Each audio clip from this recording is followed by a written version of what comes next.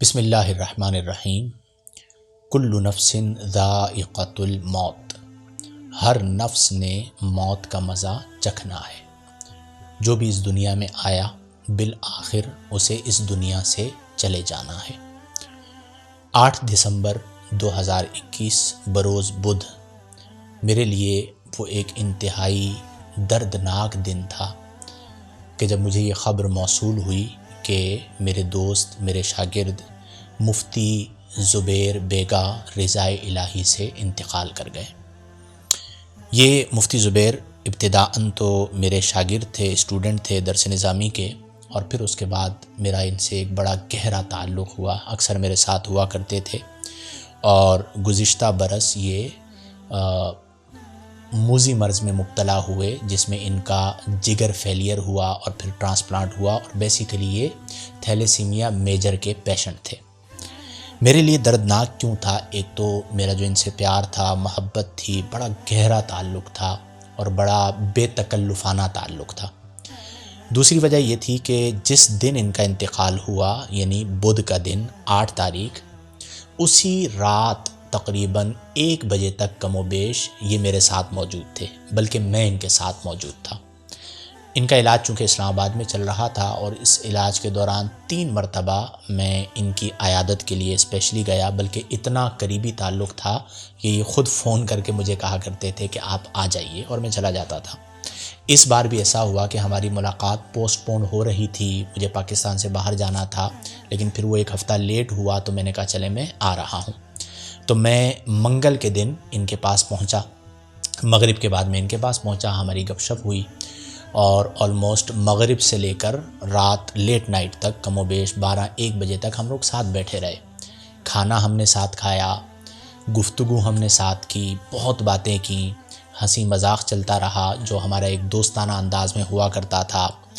Green tea ہم نے پی اور بہت سی باتیں ہوئیں۔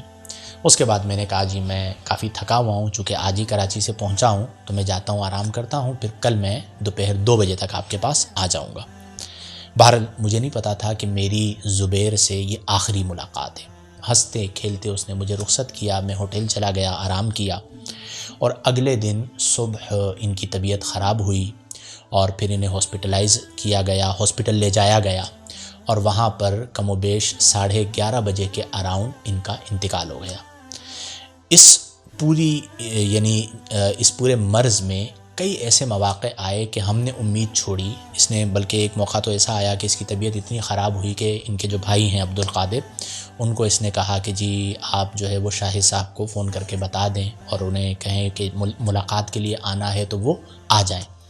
اور میں بھی تیار ہو گیا، حالانکہ ان دنوں کچھ مصروفیات تھی، لیکن میں نے کہا کہ اگر طبیعت واقعی بہت زیادہ خراب ہے تو میں آ جاتا ہوں، لیکن طبیعت الحمدللہ سنبھل گئی اور وہ موقوف ہو گیا۔ لیکن اس بار جب یہ ان کا انتقال ہوا ہے تو نہ ان کو خبر تھی کہ انہیں جانا ہے، نہ ہمیں خبر تھی کہ یہ اس طرح اچانک داغ مفارقت دے جائیں گے۔ یعنی طبیعت خراب ہوئی، ہاسپٹل لے جایا گیا، اور ان کے گھر والوں نے فون کرنا چاہا تو انہوں نے خود کہا کہ جی وہ ابھی سو رہے ہوں گے، آپ بعد میں فون کر لیجئے گا، یعنی انہیں اندازہ تھا کہ طبیعت بہتر ہو جائے گی۔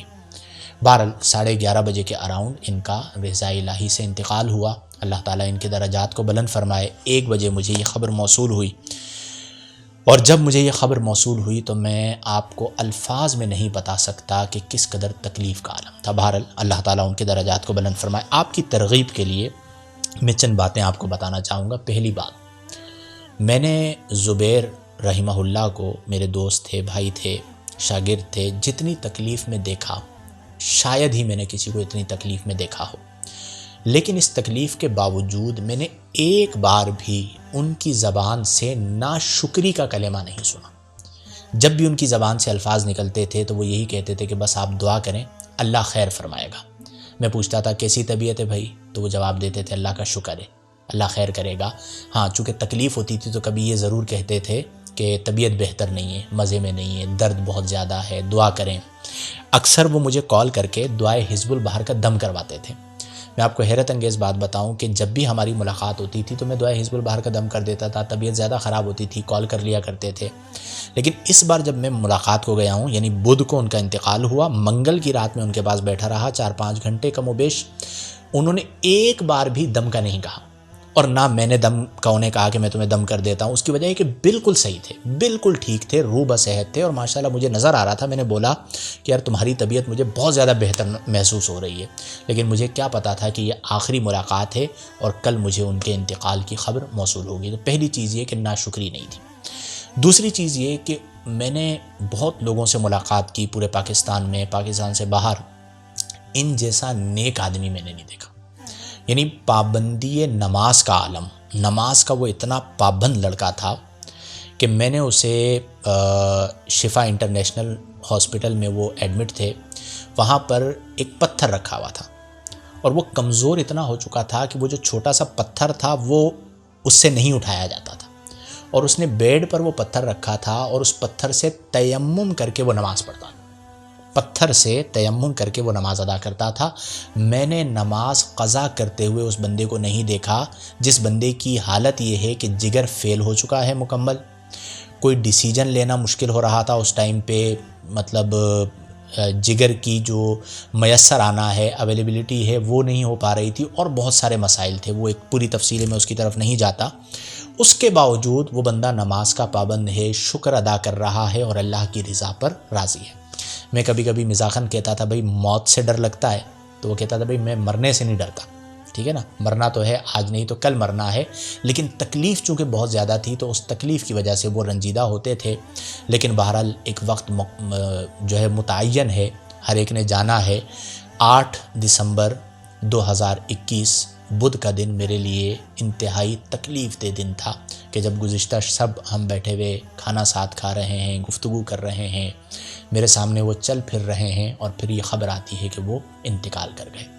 اللہ تعالیٰ ان کے درجات کو بلند فرمائے. ان کے گھر والوں نے بڑا ساتھ دیا. خاص طور پر میں ذکر کرنا چاہوں گا اس کا بھائی عبد القادر, جو میرے بھائیوں کی طرح ہے الحمدللہ. جتنی قربانی عبد القادر بھائی نے دی, ان کے والدین نے دی, میں آپ کو الفاظ میں نہیں بتا سکتا.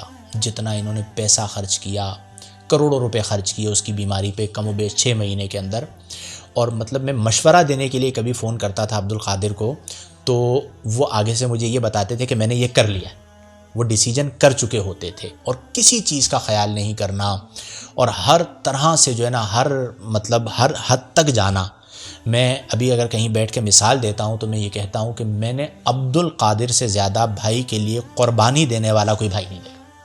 میری زندگی میں کوئی ایسا بندہ نہیں ہے جس نے یعنی جتنی قربانی عبد القادر نے زبیر کے لیے دی. اور زبیر رحمہ اللہ مرحوم, اللہ تعالیٰ ان کے درجات کو بلند فرمائے, وہ بھی اس بات کو دل سے مانتے تھے اور ذکر کیا کرتے تھے. پھر والدین نے بڑی قربانیاں دیں, دوستوں نے بڑی دعائیں کیں, استادوں نے بڑی دعائیں کی, لیکن بالآخر وہ چلے گئے. اور وہ دن میرے لیے بڑا تکلیف دہ دن تھا. حالانکہ میں نے جمعرات کو واپس آنا تھا, لیکن بدھ والے دن ہم زبیر کی ڈیڈ باڈی لے کر واپس آ رہے تھے ایک ہی جہاز میں. تو وہ جو وقت تھا, وہ جو ٹائم تھا, وہ کتنا مشکل تھا میں الفاظ میں بیان نہیں کر سکتا. لیکن بہرحال وہ اس دنیا سے تشریف لے گئے, نیکیوں کے ساتھ گئے, کبھی کسی کی برائی نہیں کی, کسی کا برا نہ چاہا, شرع کے پابند رہے, درود پاک پڑھتے رہا کرتے تھے. پھر جتنی تکلیف اٹھائی تو یقیناً وہ گناہوں سے مزید پاک ہو کر گئے. اور میں نے خود اپنے ہاتھوں سے انہیں قبر میں اتارا, میں نے اور عبد القادر بھائی نے.